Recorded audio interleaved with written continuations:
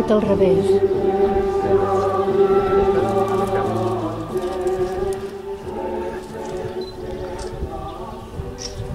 Bueno, tenemos vuestro día especial.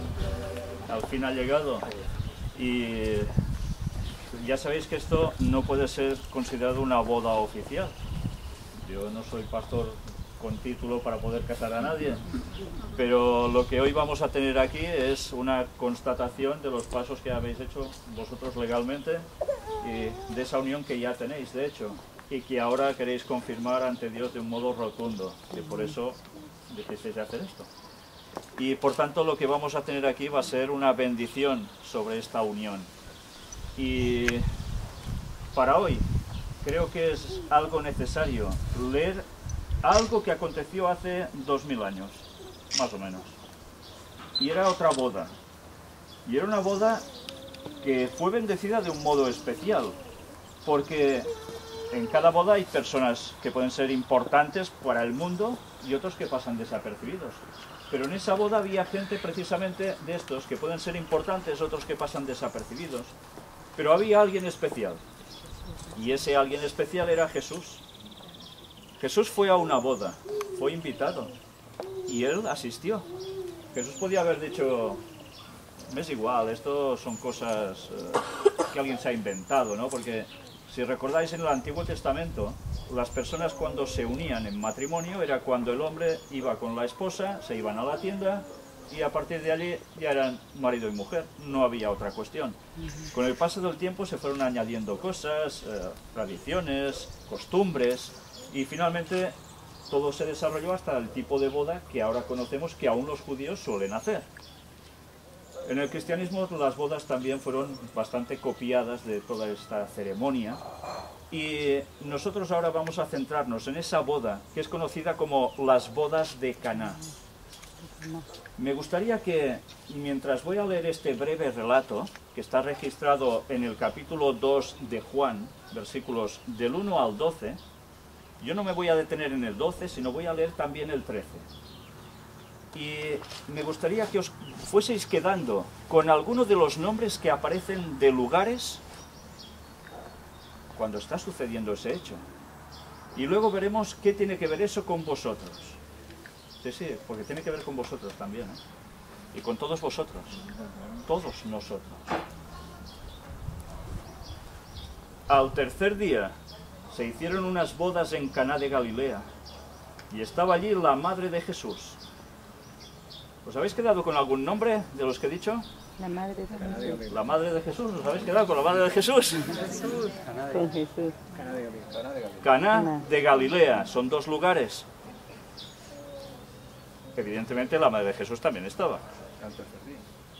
Y ahí está la cuestión. Fijémonos que nos está situando en un día, en concreto, al tercer día.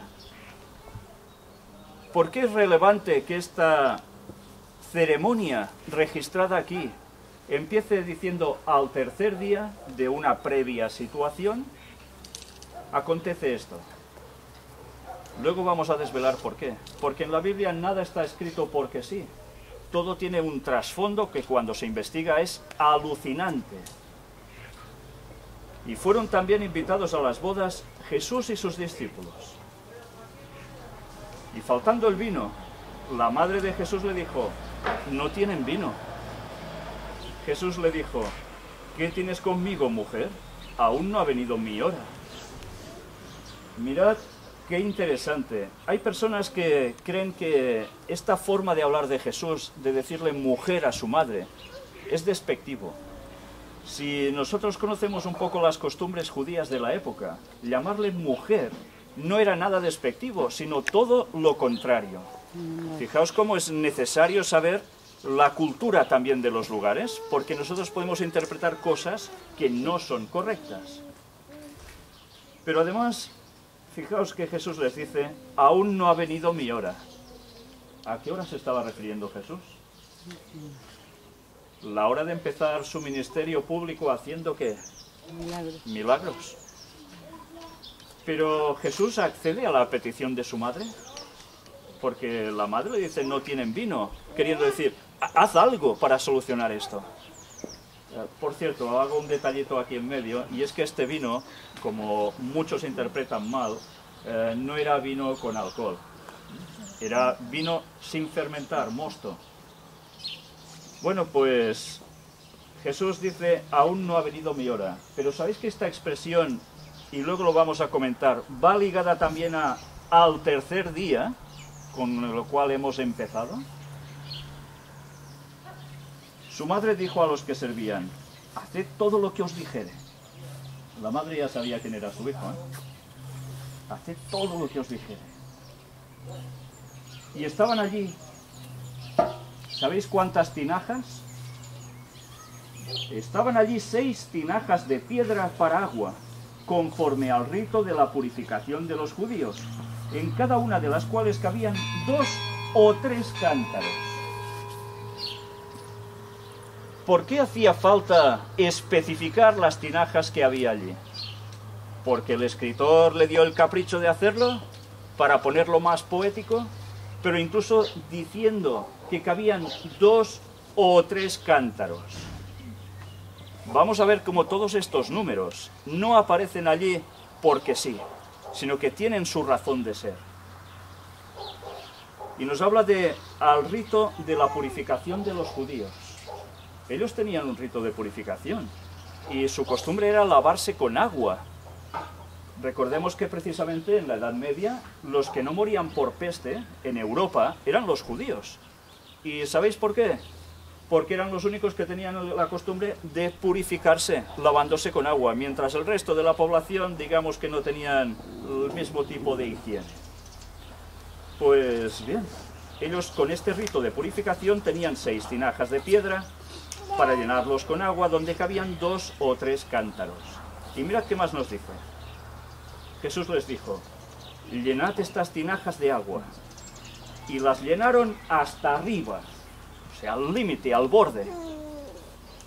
Entonces les dijo, sacad ahora y llevadlo al maestresala. Y se lo llevaron. Cuando el maestresala probó el agua hecha vino, sin saber él de dónde era, aunque lo sabían los sirvientes que habían sacado el agua, llamó al esposo. Imagínate que dice, hey, soy el maestresala, ¿tú qué has hecho con esto? Y el esposo se acerca, claro que sí. ¿Y qué le dice aquí? Y le dijo, todo hombre sirve primero el buen vino, y cuando ya han bebido mucho, entonces el inferior. Mas tú has reservado el buen vino hasta ahora. ¿El buen vino? ¿Para cuándo? ¿En qué momento? Al final. Este principio de señales hizo Jesús en Caná de Galilea. Nos vuelve a repetir el nombre, en Caná de Galilea. ¿Por qué nos dice esto si ya lo ha dicho al principio? ¿Sabéis en la Biblia cuando una cosa aparece en repetición? Quiere decir que allí hay un mensaje y que debemos escudriñarlo, indagarlo, porque algo se nos quiere decir. Y mirad qué dice ahora. Y manifestó su gloria, y sus discípulos creyeron en él. Vieron que su maestro no era un simple maestro, hacía cosas inverosímiles. Después de esto, descendieron a Capernaum. Mira, otro nombre que aparece aquí.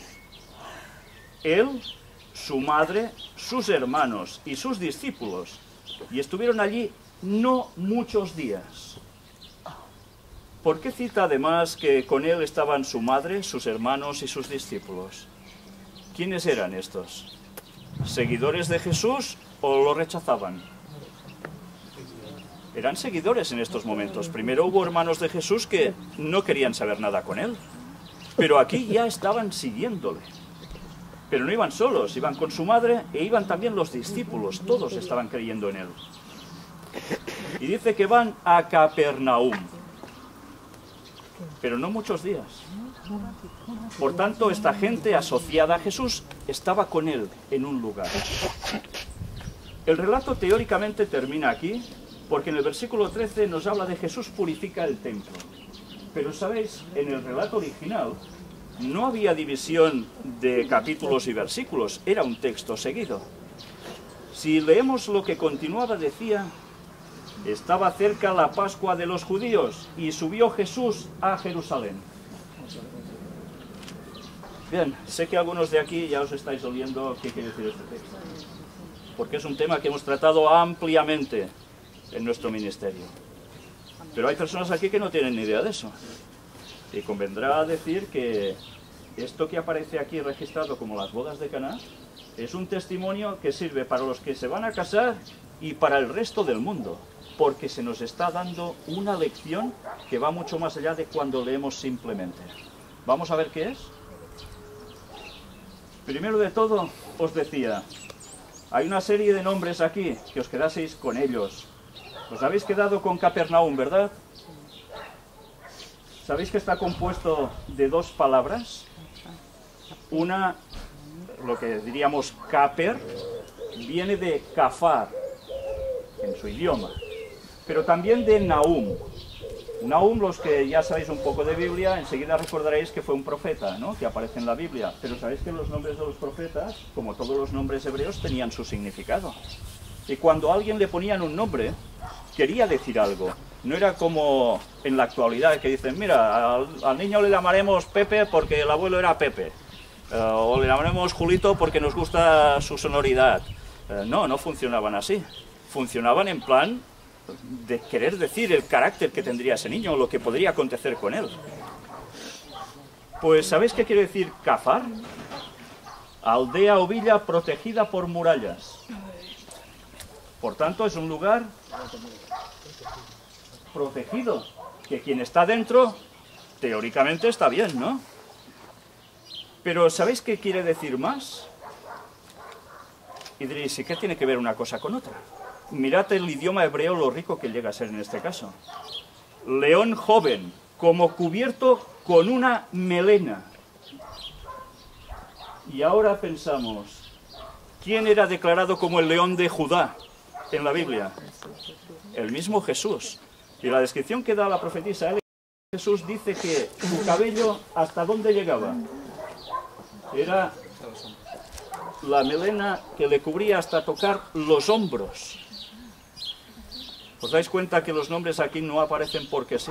Cada cosa sucedía en el lugar que debía suceder expresamente porque se nos quería transmitir un mensaje. Por tanto, aquí vemos que hay una relación implícita también de Jesús en trasfondo, no solo en lo que hemos visto que hace en esos momentos. Pero además dice cubrir con betún. Ángel estuvo hablando sobre esto en las conferencias. Y cubrir con betún nos hace referencia a brea. A la brea. De hecho, kafar es la raíz de Kippur. El Yom Kippur es el día de la expiación. Y la expiación es con sangre. Y la brea era gofer, la madera del arca. La brea representa la sangre de Cristo cubriendo al arca y protegiendo a todos los que estaban en su interior. Por eso también esa muralla de kafar es la protección de Jesús hacia los suyos con su sangre alrededor. Porque era brea roja. Y en el arca de Noé, que nosotros, gracias a Dios, tuvimos la oportunidad de estar allí en Turquía, en el monte Ararat, a 1900 metros de altura, y aún sigue estando allí. Todo lo que sabemos de ese relato es que verdaderamente era roja, por dentro y por fuera, y aún hay muestras de eso en lo que hemos encontrado arqueológicamente, ¿verdad? Y Ron Wyatt, su descubridor, aún más. Todo esto no pasaba porque sí. Pero, ¿sabéis? Además, significa lo que Ángel ha estado comentando, expiar o condonar. ¿Y esto qué significa? Pues hacer una expiación es que, en definitiva, alguien queda bien, ¿no? Queda para ser salvo. De hecho, te compran tu libertad. Y con algo rojo, con la sangre de Cristo que muere por nosotros. Luego dice aplacar o cancelar, anular, apaciguar, corregir, evitar, limpio, pacto. Nos está llevando a una serie de palabras que hacen referencia a una situación que Jesús hace con los que lo siguen. De ahí que aparezca que también hay la madre, sus hermanos, los discípulos. Perdonar, propicio, purificar, reconciliar, satisfacción. Por tanto, estar con Jesús implica que es expiado por nuestros pecados, nos da la salvación y quedamos como satisfechos. Limpios, satisfechos. Pero ahora decimos, ¿y Nahum? Esa otra parte de la palabra de Capernaum, ¿qué significa? Confortable. Mira por dónde. Satisfechos y confortables. Suspirar. Respirar fuertemente. Como un alivio, ¿eh? Cuando habéis tenido un grave problema y encontráis la solución en el último momento, ¿qué hacéis? ¡Qué alivio, ¿eh? Me he salvado por poco. Lamentar, compadecer, consolar. Cosas que están bien, pero después también tiene su parte contraria, porque los que no entran en esto, dice vengar. Y más cosas. Castigar. Mirad que nos está llevando a un tema que es juicio. Un juicio por el que todo el mundo pasa, algunos sabiéndolo y otros no. Y Dios, a través de la sangre de Cristo, muriendo por nosotros, su sangre roja, nos da la salvación, o podemos terminar fatal si no lo aceptamos. Y esta es una realidad. Pero hay dos nombres que aparecen también aquí. Cana. ¿Qué quiere decir Cana? Caná dice de origen hebreo, Caná, lugar en Palestina. Y nos manda que comparemos con H771. De femenino dice rojizo, Caná, nombre de un arroyo y de un lugar en Palestina. También nos lleva, dice caña, por semejanza vara, especialmente para medir, eje, tubo, vástago, el radio del brazo, rayo de una romana o báscula, balanza, brazo, cálamo, caña, caña aromática, hueso. También hay una más. Raíz primaria dice erigir, crear, por extensivo, procurar, especialmente comprar.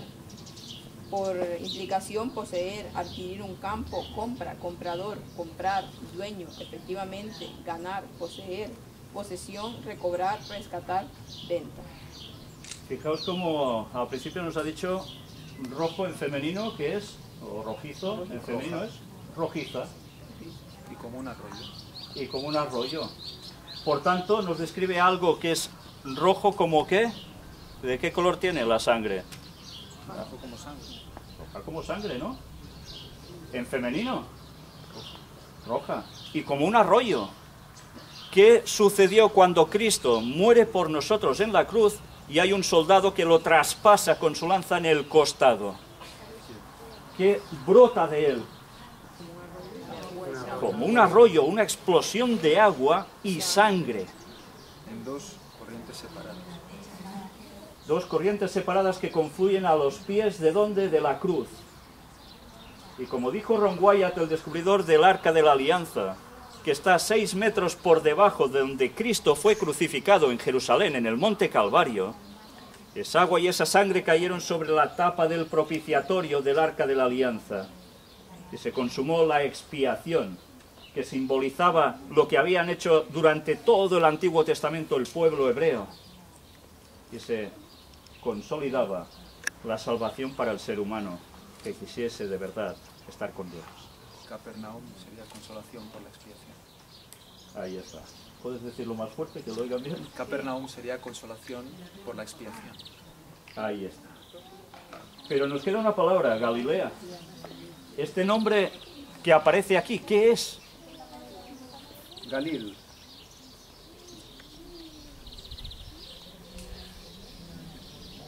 Galilá, lo mismo que, bueno, vamos a leer luego, círculo. Galilá, como círculo especial, al norte de Palestina, Galilea. Hoja de una puerta plegadiza, como rotativa. También anillo, por redondo. Tirar, anillo.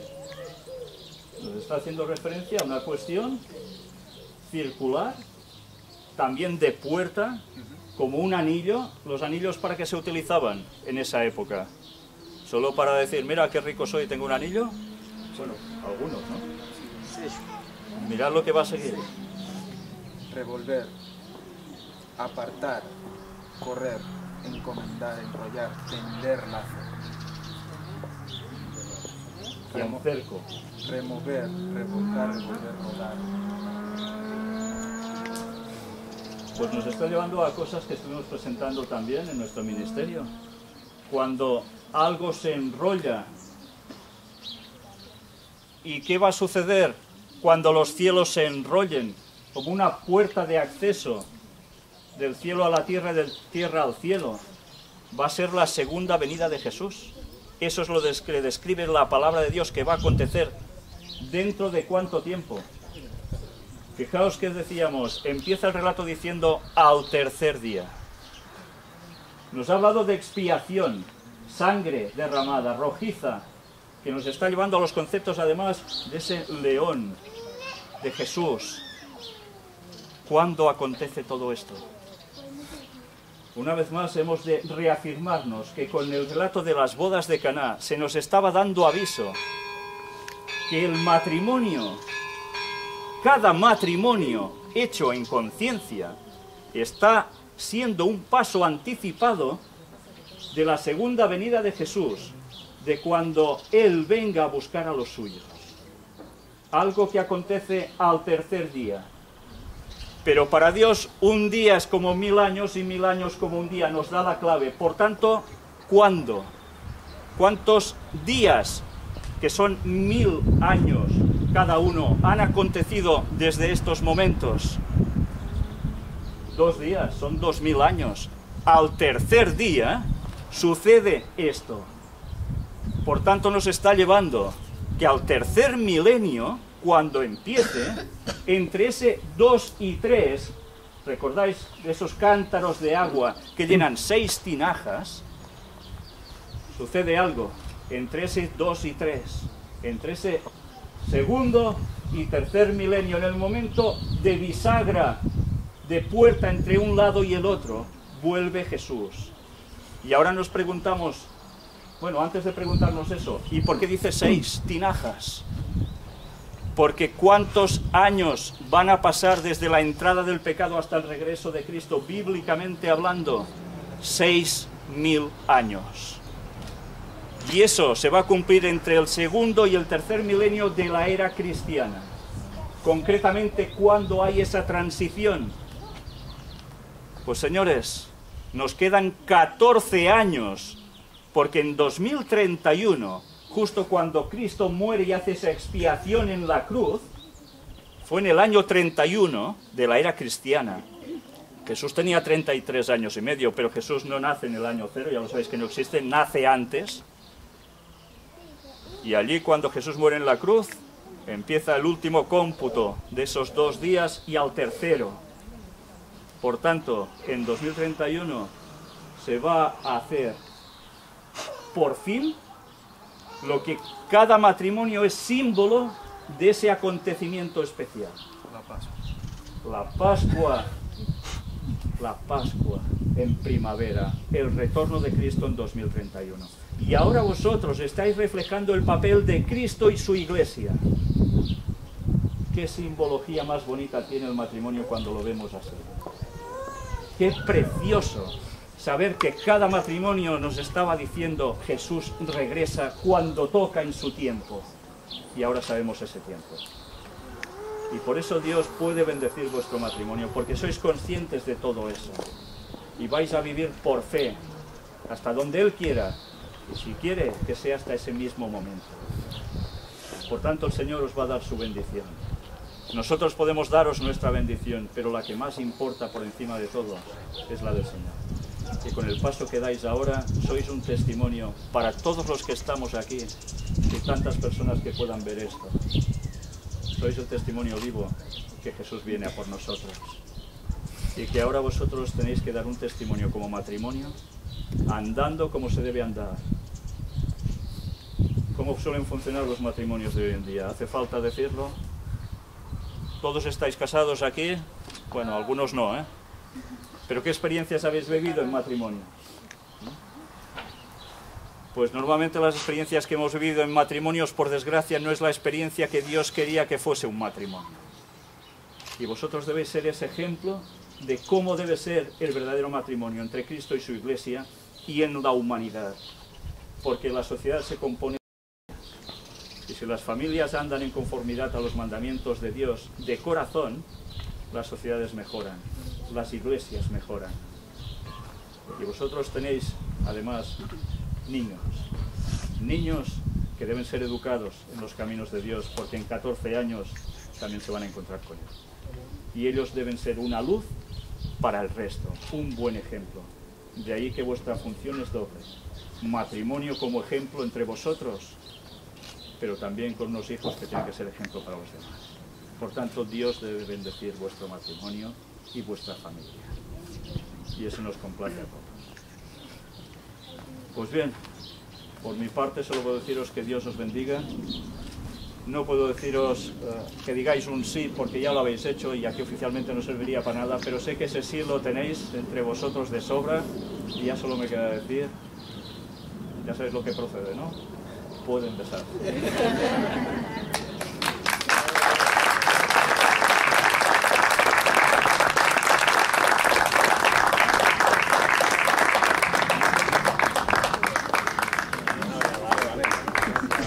Voy a decir algo, por favor. Unas palabras.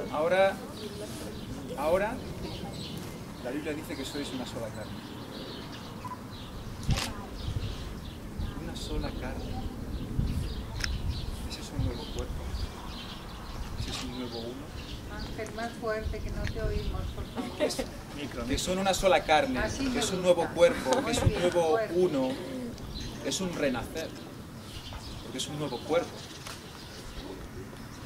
Y recordad, hay 6 tinajas, 6 aguas, que se convirtieron en 6 sangres. ¿Cuál fue la sexta herida? ¿Alguien recuerda cuál fue la sexta herida? Al costado. O sea que renacemos por la sangre expiatoria, que es esa, justamente esa sangre, fue la que nos limpia. O sea que todo eso estoy representando. Y vamos a terminar todos con una oración. Vamos a orar. Padre nuestro que estás en los cielos, estamos aquí para pedirte la bendición, especialmente sobre Mariano y Gaia, para que ellos sean tu representación también aquí en la tierra, un buen ejemplo para todos, especialmente para su propia familia, y a su vez que puedan ser ese testimonio que el mundo necesita para estos tiempos finales. Y que esa simbología entre Cristo y la Iglesia se represente en ellos cada día. Y que todos nosotros, como tu pueblo, te esperemos gozosamente para que dentro de 14 años liberes a este mundo de tanta miseria. Que tu bendición repose sobre tu pueblo y sobre todos los que aún no saben que son tu pueblo y deben integrarlo. En el nombre de Jesús te lo pedimos todo y por el perdón de todos nuestros pecados, gracias a ese sacrificio de Cristo en la cruz. Amén. Amén.